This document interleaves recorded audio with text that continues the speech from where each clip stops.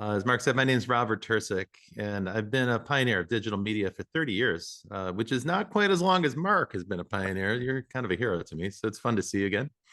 But what that means is figuring out what the next thing coming is and how to prepare for it, and then what industries are going to be impacted by that.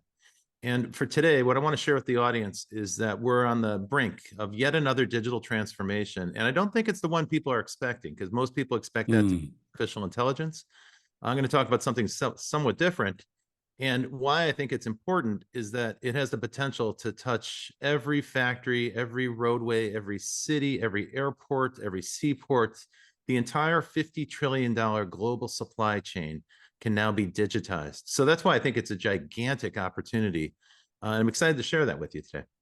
I think people have gotten confused. It's been a year now since ChatGPT came out, and you and I both can remember AI has been around since the 50s. So it's not new, but it was new to pretty much the world. Within 8 weeks, 100 million people had tried that. And what you're suggesting is if that's a huge wave, there's a tsunami either right behind it. Why don't you tell us, one of the things we talked about was digital twins.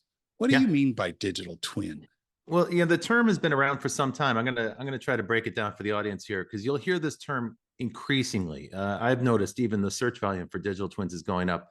It's not a new term. It's been around for more than almost 30 years now, since the 90s. Here's what a digital twin is. It's a digital representation of something in the real world. So think of it as a model of a real world thing. It could be a product, it could be a car, it could be a factory, or it could be a whole city. But you're going to rebuild that thing in 3D. You're going to, in digital technology. Now, most digital twins that have been built to date are math models, right? So they're sensor data. For instance, NASA has been using them for 30 years. They collect data off of the spacecraft, and then they have kind of a digital representation of what's actually happening on that spacecraft, but here on the ground. So they can interact with it. They can understand they can see what's happening. But math models are limited. And I literally was just on a call before this with a group of people who are quite interested in building a digital twin for a city in the American Southwest. So I was talking to the city management, and in fact, they're quite familiar with digital twins, but they conferred with me. They said, we are awash in data. 10 years ago, we were data poor. Now we've set up the Internet of Things. We've got sensors in the roadway. We're collecting a tremendous amount of data. Now we're data rich, but we don't know what to do with it. And in fact, Mark, the data sets are so large that humans can't comprehend them. We can't process that much data. So data in a certain volume becomes not usable for people, and it costs money to manage those data sets.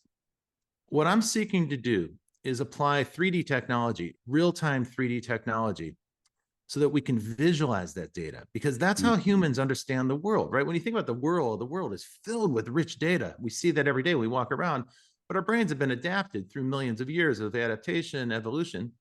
We can interpret that rich data with our eyes, right? Half the cerebral cortex is devoted to visual computation. So humans are really, really optimized for visual communication and visual understanding. So what I'm talking about is a specific kind of digital twin, not a math model necessarily, but a visual representation of that. And that visual piece of it has to be done with real-time 3D. Now, I'm sure there's people in the audience who are going, what's real-time 3D? Should I tell them about that? Why not? Okay, so real-time 3D is different from rendered 3D. And Mark, you're the expert on rendered 3D. We've had that technology for decades, right? So anytime you've seen a Marvel superhero movie, those scenes are generated on computers. Often they'll combine live action and computer animation together, but each frame has to be drawn. That's what we mean when we say rendered. It's drawn, and that is a computationally intensive process that can take months, sometimes years to construct. So very often with a superhero movie, you'll have up to 10 different video effects companies working on different scenes in parallel, and then they kind of just edit them together to create the whole linear sequence. For 3 years. That's exactly right. And so that's not real time. Like that's the opposite of real time. That's rendered video, rendered 3D. What's happening in the game industry is that the graphics are getting better and better and better. And because it's the game industry, of course, it has to be real time, because, let's say we're both playing a multiplayer game on the web. If I interact with your character, well, you better see that at the exact same instant. Otherwise, the game doesn't work very well. So the requirement in games is for extremely fast interaction. And so the goal here there has been for real-time drawing, like the ability to refresh that image instantly. And what's happening now in the background is because of the great computational improvements in GPUs, graphical processing units, made by companies like NVIDIA, they're the most famous. The processing power is improving so fast that we now have incredible capability for real-time graphics. And I'm talking to the people right now who are in the audience who don't look at video games. There's a lot of people who do play video games, but there's also a group that doesn't ever play video games. The next time you're in a Best Buy or a Walmart or another big box store, walk over to the game section and take a look, because you're going to see graphics on those games for sports that look exactly like television. They're so close to representing cinematographic, video, that it's hard for your eye to distinguish. If you're just scrolling through the store, you might actually mistake it for ESPN, but that's actually a video game. So Rob, let me tell really the good. audience just a little bit about Yeah, you, go. too. Okay, sure. Because your background in games, and I want you to explain what a game engine is. But your background in games is you ran the Game Developer Conference. Those in the know call it GDC for many, many years, and Wavefront used to go there and exhibit. And because our tools were used, that became larger than our visual effects business and our industrial design business, the game business.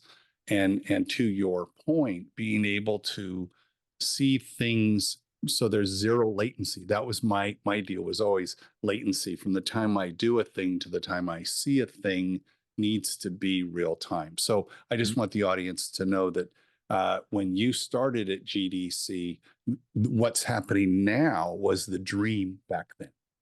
Yeah, that's a really good point. And Game Developer Conference is an interesting thing. A lot of people don't know about it.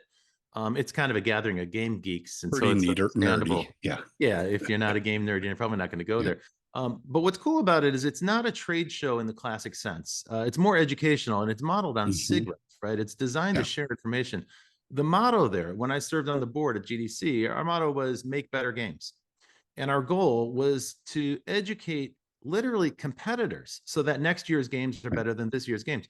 That's one of the reasons why the game industry is growing so fast, because the product keeps getting better. You can't really say that about other media. Like music is good, but it doesn't really change dramatically from year to year. Games do. And they do that because organizations like the Game Developer Conference make it possible to transmit and share that information. I'm sharing that because for a while I worked for Sony, and they asked me to go get the Japanese game companies to join GDC because they were hesitant to participate.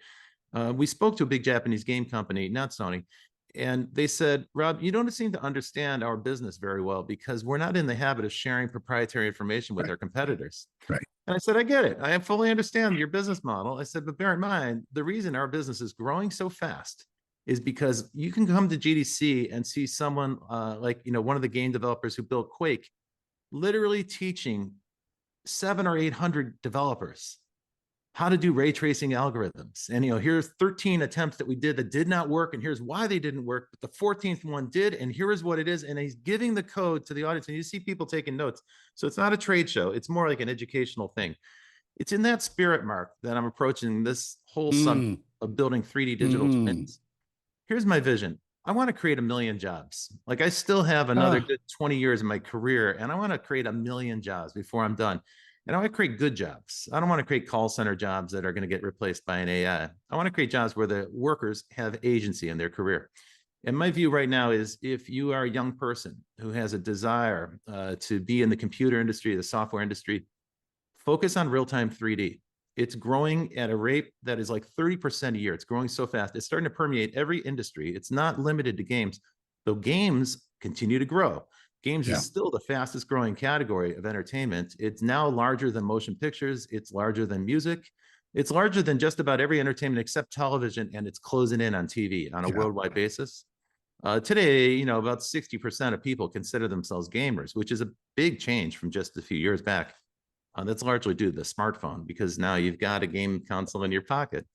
And the quality of the graphics has improved tremendously. And the reason the quality of the graphics has improved, as I mentioned, is these GPUs, the graphical processing units. Now, when you want to predict the future, it's a hard thing to do. I run a podcast called The Futurists, and on that, I always ask the guests, what's your methodology for forecasting the future? And there's all kinds of different methodologies, but one of the best ones that I'm aware of is, if you understand what's going on with semiconductors, if you can understand semiconductor roadmaps, then you know very clearly what's going to be possible 5 or 10 years in the future, because that's how long it takes to build and manufacture those chips. Yeah. And the folks in the computer industry, there's a little bit of debate about Moore's law, this concept that, the power of a microprocessor is going to double every 18 months. That has been true for 50 years, which is kind of astonishing. But for central processing units, CPUs, the brains of your PC, it's kind of stalled out because we've reached the physical limitations of how many more transistors you can jam on one of those CPUs. However, for GPUs, we haven't hit that threshold yet. In fact, it's not even in sight. And what we're seeing is that processing power in GPUs is increasing much faster than Moore's law. It's increasing at an exponential rate. I had an opportunity to talk to Jensen Huang at NVIDIA, who is really the visionary behind all of this improvement in processing power.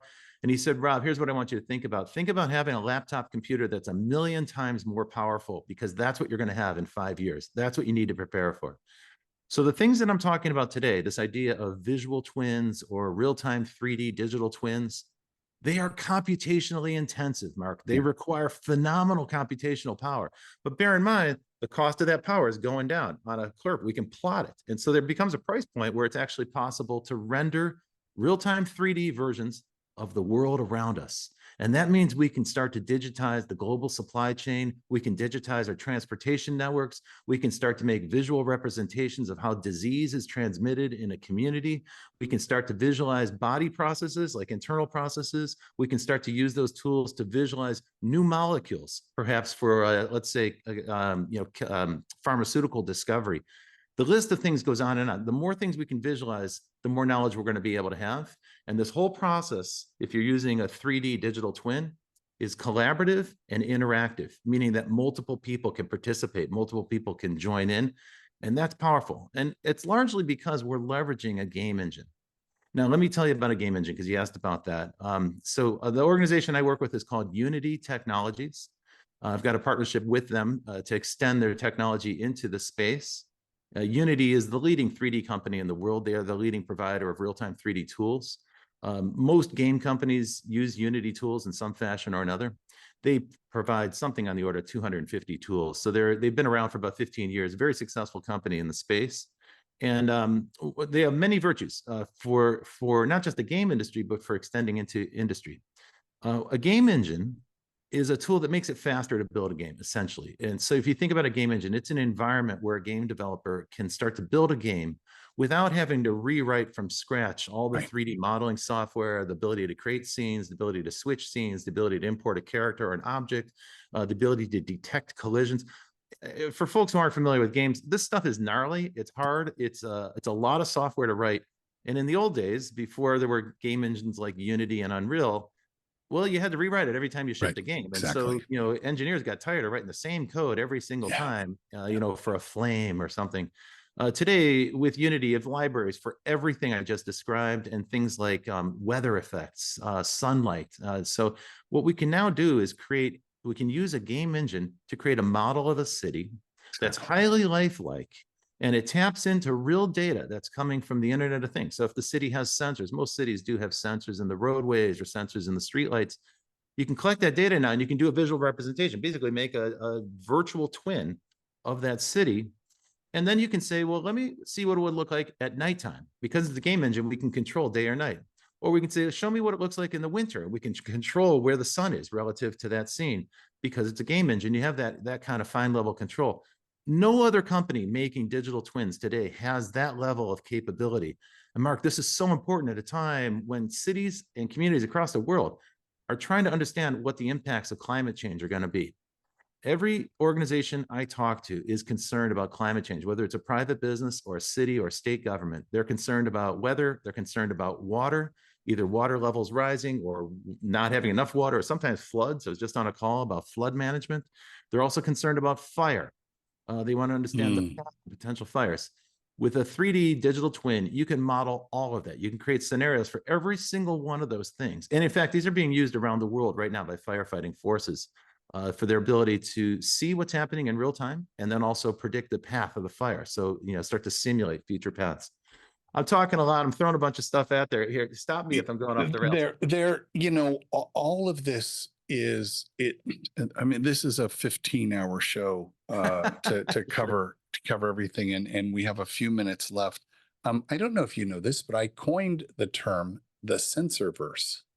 Yeah, that's So what we're going to have soon. because that's exactly what it is. And at the time I did it, I was focusing on all the technology we have to now measure bodily functions, and Yeah. then how that can be used to help us in so many different ways, from exercise to You're entirely healthcare. right. Look, the folks at Nokia just sent me a note right before this because they are excited about this topic as well. And they said, look, in 4G mobile networks, a 4G system could track something like 2,000 IoT devices per square kilometer. Now we have 5G, right? The next generation mobile technology. And in 5G, you can track about 1 million Internet of No Things kidding. sensors in a square kilometer. But coming soon in the future, we're going to have 6G, right? That's the next generation that's coming soon. And that will be able to track 10 million devices per square kilometer. So think about the sensor density that is going to be in our cities, in the roadways and the streetlights. You're going to be able to detect sounds, emissions, light, traffic, and so forth. So our cities are going to become truly smart.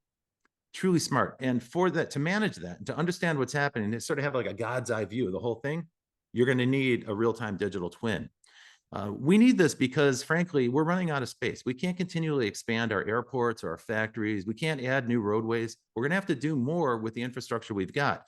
And the only way to do that efficiently is to build a real-time 3D digital twin that allows you to scenario plan so that you can say, show me the high probability scenario. What happens if we change this variable? What happens if we add 10,000 cars a month?